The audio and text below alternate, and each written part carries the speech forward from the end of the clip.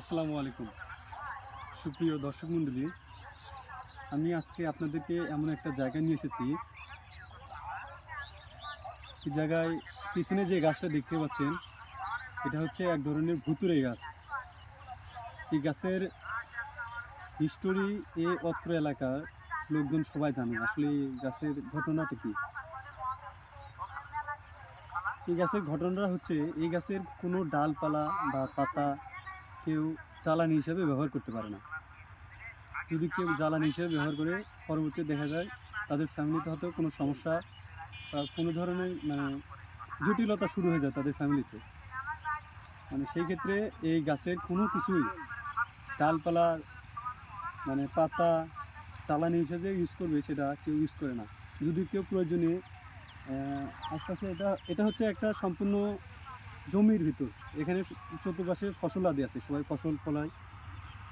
যদিও ফসলের প্রয়োজনীয় কেউ ডালপালা কাটে, তাহলে সে ডালপালাটা বাসায় নিয়ে যায় না, সে ডালপালাটা গাছের আশপাশেই রেখে দেয়। তো আসুন আমি আপনাদেরকে আরও কাছ থেকে গাছের ডালপালাগুলো দেখাই, আসলে কী অবস্থায় আছে। আসুন।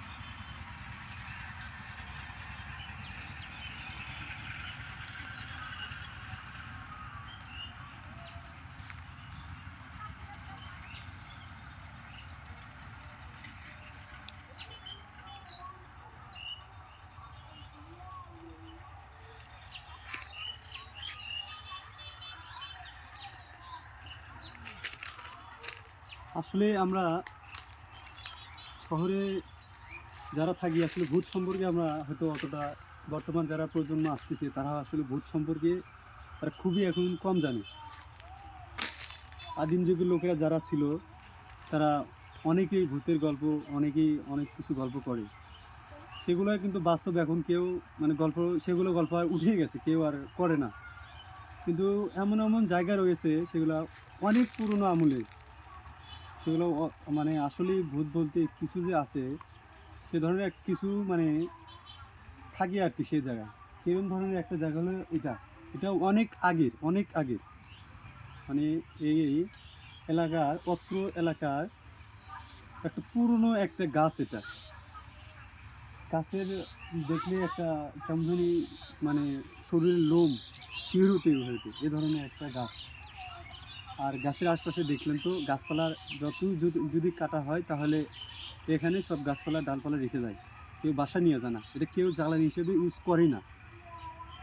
গাছটা দেখে অনেক আগে, কেমন জানি একটার বিরুদ্ধে একটা পেঁচায় পেঁচায় উপরে উঠাই গেছে।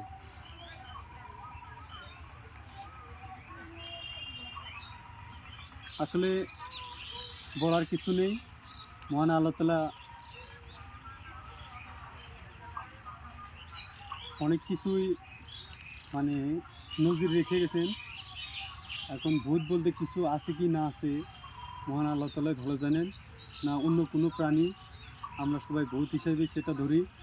এখন মহান আল্লাহ তাআলা ভালো জানে এই গাছের কি যে ভূত না কি আছে, এখন উপরওয়ালা আল্লাহ তাআলা ভালো জানে। এই গাছের কোনো কিছু কেউ ইউজ করতে পারে না। তো আপনারা এই লোকেশনে যদি আসতে চান, তাহলে আপনারা শেরপুর হাই রোড অর্থাৎ কলেজ রোড থেকে ডাইরেক্ট বটিহাট বলে একটা জায়গা আছে, এখানে আসতে হবে। বটিহাট থেকে ওখান থেকে আবার আসতে হবে আকরামপুরে যাওয়ার মাঝখানেই, রাস্তার মাঝখানেই দুই পাশে পুরো ফাঁকা এলাকা, জমি চাষাবাদ হয়। এই ফাঁকা এলাকার মধ্যে এক সাইড পশ্চিম পাশে এই লোকেশনটা। আশা করি সবাইকে ভালো লাগবে। সকলের সুস্বাস্থ্য কামনা করে আমি আমার ভিডিও এখানে শেষ করছি। আসসালামু আলাইকুম।